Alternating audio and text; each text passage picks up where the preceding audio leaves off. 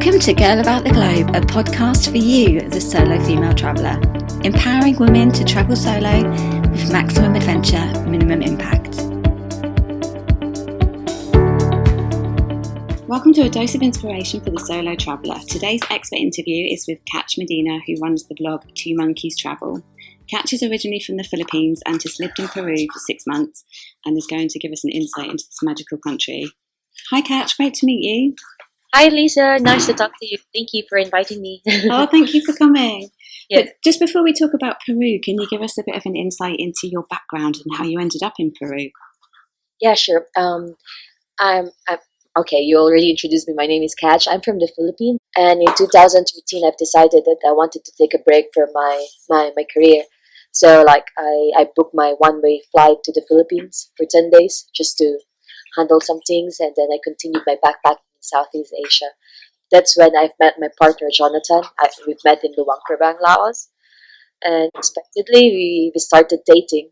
We actually separated ways, and then we started dating. He was on a motorbike trip with his best friend, and then he ended up teaching in Hanoi. So I followed him, and we were a couple since 2013. And when we were in Vietnam, we were planning for a big trip, so we could plan for a trip around some countries in Asia, and then we went to Southeast Asia. Then we went to India for 3 months, studied, and we went to the UK, and we flew to we're planning to do a around the world trip route. So, and we ran out of money, so we decided to stay in Peru for a longer time. Wow. And you said you met your partner on the road as well. Did you ever expect that to happen? No, I was expecting to meet a lot of travelers, like it's normal. You meet someone and then you separated ways, but I didn't expect that you'll meet your life partner. So how does the culture in Peru compare to that from the Philippines? Actually, it's so funny because I love the culture of Peru because it's like this almost the same in the Philippines. Like I've been traveling around Southeast Asia and it's completely different. Like Philippines is different because we were colonized by Spain. And when we arrived in Peru, I was so surprised because some of them really looks like me. They thought I was local, and the food is the same. We don't have like the guinea pig though. Like we don't have that in the Philippines, but they have adobo, ceviche, and stuff. But we call it different in my country. But it's the same ingredients and same everything. And like there's tradition which is the same in the Philippines, maybe because of the Spanish, the Spanish influence. I felt at home in Peru. That's funny, isn't it, that you travel 20 miles and then you just feel at home in a country in South America? Yeah, that's weird though. How are women perceived in Peru? It's actually funny because if you're Asian, you're Filipino, you look the same as the locals, and it's fine.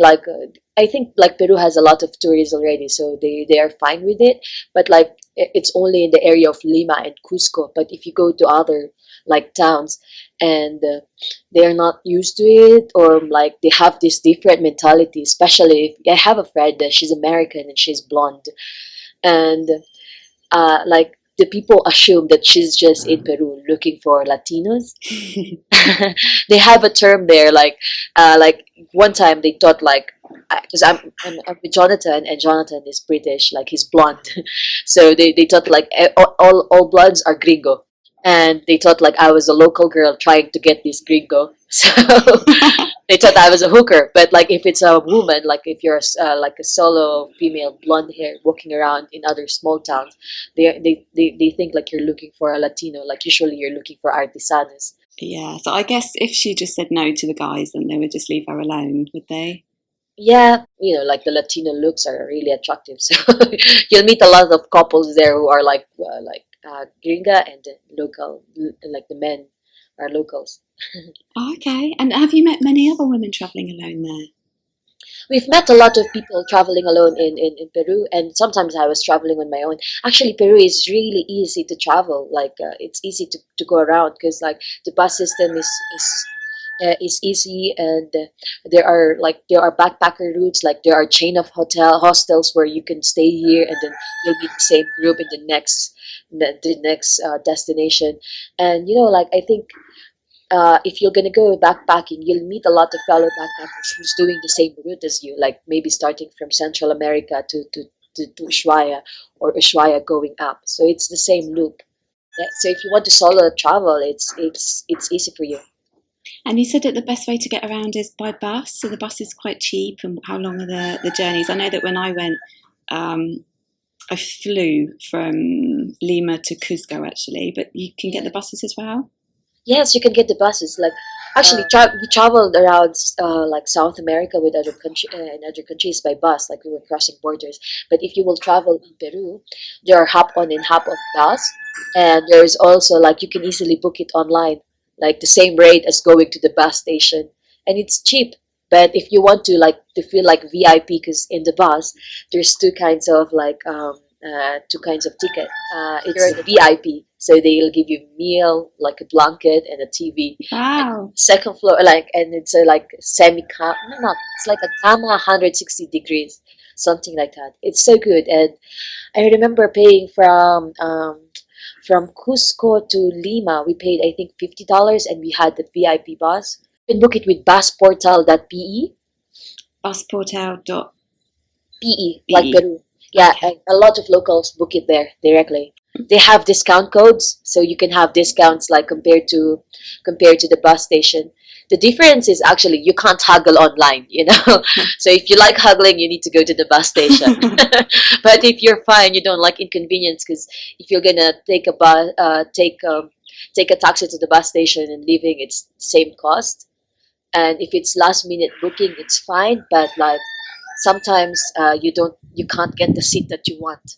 Okay. I guess if you're by yourself, it doesn't matter too Yeah, much and with the. don't just I support like some travel agency and stuff, but like if you're gonna go to touristy area, they are like double the price, you know. So I suggest do it online or go to the bus station and do the haggling. Okay, great tip.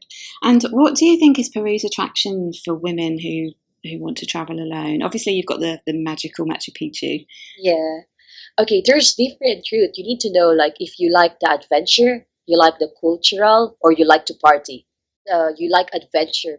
So what I suggest you do the this route, like you can do the hop on hop off bus with this as well. Like you could do the Lima to Ica, and you'll just visit the old traditional. Like there's a lot of immigrants there, like they are like the black people who used to be slave, and then now they are the one who lives in Ica. So you'll meet a lot of the culture there in Ica, and Okay. from Ica you can go to Huacachina. No, you go to Paracas. Paracas has the Ballestas Island. I don't know if you've heard about that. No, I haven't. You'll see a lot of sea lions, and they have their own penguin, like the Peruvian penguin. They're so Oh, tiny, and you have to take like the boat going there from Paracas. It's like 30 minutes by boat, and it's only $13 if you'll do a tour. And from Paracas, they have a national park which is really nice, and you can do like kite surfing as well, and it's cheap. And from Paracas, you can take another bus going to Huacachina, and in Huacachina, it's the biggest sand dunes in South America. wow. So it's a small oasis, and you can enjoy like the buggy, and then we've been sunboarding there. It's amazing. It's different from the normal like the other kind of boarding. It's so awesome. And I've been to Dubai, so it's like the same. Okay. Wow. I didn't even realize that was in Peru because when I went, I obviously took the tourist route and I didn't really see many hidden gems. So, are there many hidden gems in the country? Yeah, there's a lot. Like I was so surprised because like we've learned it from the locals. Like um, there's one in Arequipa which is starting to be famous as well. But if you will do this route, it's better if you will be coming from Cusco to Arequipa, Arequipa to Puno, Puno to Bolivia. So there is a place in Arequipa. Usually people only go to Colca Canyon, and but because we live in Arequipa for a while, and we discovered there's this place they called it Ruta de Silar. It's like white stones, and it's like if you will go there, it looks like the Petra Jordan but Wow. white. I have a Wow. photo. I can send it to you, like if you want to share it to your Yeah, readers. that would be great. And you can only go there by taxi. Like you could just book a taxi, like $2 to bring you there. And it's not famous to tourists. I wanted to start writing about it actually, but like it's very rare to. And there's no tours going on there yet. So, it's definitely a hidden gem and a place that you should visit when you go there. You should go there. It's so nice, and then you'll learn because Arequipa is famous. It's called the White City of Peru, and because it is made of all the white rock, which you can get from the Ruta de Silar. of course, if you go to Peru, you need to go also to Nazca to take the plane to Nazca line. And there's a lot of things to do in Peru because it's usually only like famous for Machu Picchu and Lake Titicaca, but there's a lot of things to do. And you mentioned about the party traveller as well. And where, if you wanted to go on the party route, where would you go in Peru? Okay, if you want to go surf and party, then what you're gonna do is, like I told you, there's a lot of party hostels in Peru, Yeah. and what you can do is from Lima to north, like on the way to Ecuador. So Lima going to Mancora. When we last talked, we were in Mancora, so it's like insane partying there. That area, like the beach area, the beach part of Peru, is the party town. And there's more towns in the north of Mancora before you enter Ecuador. But you just need to be careful, because it's the border crossing and there's a lot of crimes happening. Okay, that was my next question actually, is what would you avoid in the country? So you would just be careful within the border area between Peru and Ecuador? Yeah, just be careful there because, like they've said, like there's a lot of drugs going on. If it's not your thing, then you don't have to be worried. But if you're in a touristy area as well, like even in Cusco, there's people there. Like if there are tourists, then there are opportunists. So they will wherever you go, there's still people who can take advantage of you. So you just need to be aware of your like belongings and your surrounding. True. So if you were going there to see the culture, would you say that Machu Picchu, Sacred Valley, and Lake Titicaca to visit the Urus people because they live on these reed islands, don't they? I think that's Yeah, a really good place to go. But would you say there's anything else for culture? you should go to Puno, but if you will go to Machu Picchu, I suggest please explore the Sacred Valley. It's the best place. Like Cusco is so beautiful, but like if you could just travel 2 3 hours, just go to Sacred Valley and then go to Ollantaytambo, Urubamba, Maras, and there's a lot. And then you will meet a lot of expats living there because they like there's magical spirits something in that area. Okay. If you personally only had 2 weeks, what would your perfect itinerary be? If you're gonna do 2 weeks, I suggest do of course, you'll go to Peru because you want to go to Machu Picchu. So like do this route like Lima to Paracas, Paracas to Huacachina, Yeah. Huacachina to side trip to Nazca. Like just to see the Nazca line, which is very famous in the world now, and from Nazca to Cusco. Then Cusco, you can take the bus going to Arequipa. If you want to do all of it, you can fly. Okay, I know that when I went and I flew into Cusco, I wasn't prepared for the altitude sickness that I felt. And as soon as I got off the plane, I felt very woozy and I was suggested to drink cocoa tea, which I drank a lot of until I kind of leveled out a bit. But I'm quite a reasonably fit person and I got there and I wasn't expecting to feel something from the altitude. So do you have any recommendations for people that might be suffering from that as well? Yeah, when you go to Kiskits, and there are like clinics everywhere there, just for oxygen, because it's so high. Like, of course, if you're coming from Lima going to Cusco, it's really high altitude, Yeah. and I suggest like yeah, buy the coca leaves, and just drink tea every morning. It's And funny, 'cause you'll just have a hard time like breathing, but you will like it. yeah, it just It's takes a just like on while. the first day that it will be hard. That's true. It just takes a while to get acclimatized, doesn't it? But you can buy oxygen tubes, you said in Yeah, Cusco. yeah, you can buy it. Go to Cusco and you'll just go to the center near the church and you can easily buy it there. Wow, okay. So what would you say to someone who's going to Peru alone for the first time and they might be feeling a bit apprehensive about it? Don't be afraid, you'll meet a lot of fellow travelers there and the locals are really, really nice. If you need help, like planning your route in Peru, you can easily message me and I could give you our itinerary. Actually, we published some on our blog and the hike to Machu Picchu and other stuff. You'll meet a lot of like travelers there, so don't be afraid. Okay, and would you say that you need to speak a bit of Spanish to get by in Peru? You just need to learn the basics, like especially if you're gonna go to other town, like which is not where there's not a lot of English speaking people. So you need to learn the basic of how donde esta, where to go, and then for the food actually because in especially in Cusco, uh, like there's a lot of restaurants and most of them are selling pizza. But if you want to try like local meals and really cheap, you can just ask for the Hoi menu. Hoi menu, Okay, it means the day menu, and it's only 6 soles. It's $2. that's a bargain, isn't it? Because Peru's quite cheap, isn't it? Yeah, yeah, but like if you go to the touristic town, they might feed you like a hamburger and Maybe they'll give you alpaca burger, which is unique, and pizza. But if you want to try the local food, then you can just tell them it's you can ask for the Hoi menu. Hoi menu, please. Okay, and stay away from the guinea pig unless you're feeling a bit adventurous. Oh, it's so difficult when I used to have one as a pet, so it's just difficult seeing it deep fried, completely intact on a plate in front of you. Did you try it in Costco? No, I couldn't. Okay. That would be But I know that when I went, like you were saying, there's a lot of pizza restaurants and they have the clay ovens as well, so you can see them making the pizza, and it's nice. And if you're going and it's a bit of a cold temperature, then it's nice and warm and cozy in those restaurants. And we used to get bands that used to come in, and they used to be playing the traditional instruments and singing the traditional songs, and it's just a really nice experience having dinner out in Peru. Yeah, I really like the food of Peru and the ambience especially. So I think like you ate in Cusco, you love it.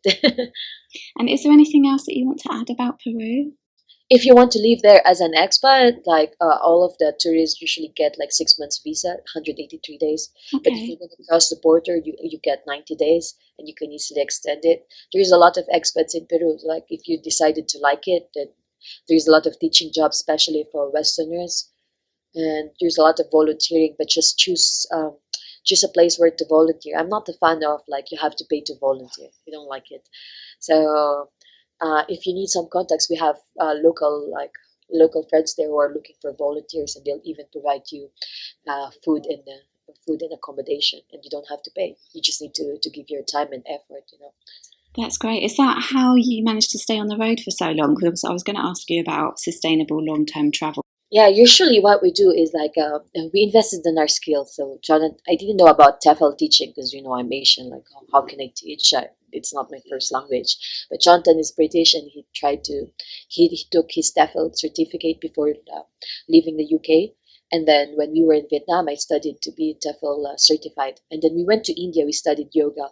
So we are now certified Tantra yoga teachers, and we studied Ayurveda, which is related to Tantra. So what we do is like we go to a place and then volunteer for a while, feel the vibe if we like it, and then we decide we're going to get our apartment. We like to volunteer, so we get like we don't have to pay for accommodation and get free food and use the kitchen, so we can save money. Yeah, that's a great idea. Fantastic. You're creating your own future. It's great. And just quickly going back to Peru for a second, if you had to summarize Peru in 3 words, which words would you use? If it's 3 words, it is awesome. Okay, that's easy. But like authentic, delicious, and delicious because the food in Peru is the best in South America. So if you go to different cities and countries, you'll always find a Peruvian restaurant, which is weird. And That's true. There's one in Colombia actually. yeah, like you'll Yeah. see Chinese food and Peruvian food. And authentic, the Quechua is still there, and the locals still wear their old clothes, like the traditional clothes. It's my second home in South America. I really love Peru. So where can people go to find out more about you, Kach? We're blogging over at Two Monkeys Travel. Like our website is http Two Monkeys Travel Group. We call it group.com, and on Facebook we are Two Monkeys Travel, like TWO Monkeys and Travel, and on Twitter it's number 2 Monkeys Travel, and on Instagram we'll Catch Two Monkeys. You can send me an email anytime or message me on Facebook if you need the help planning your itinerary in Peru. Kach, thank you so much for joining me today, and I wish you every success in the future. Thanks for listening to this week's podcast. If this interview has inspired you to go to Peru, you can find out how to travel solo in Peru on the Girl About the Globe website. Thanks for listening to our Girl About the Globe podcast, making solo travel easier for you. Find everything that you need for your solo travels at girlabouttheglobe.com, and don't forget to subscribe so you don't miss an episode.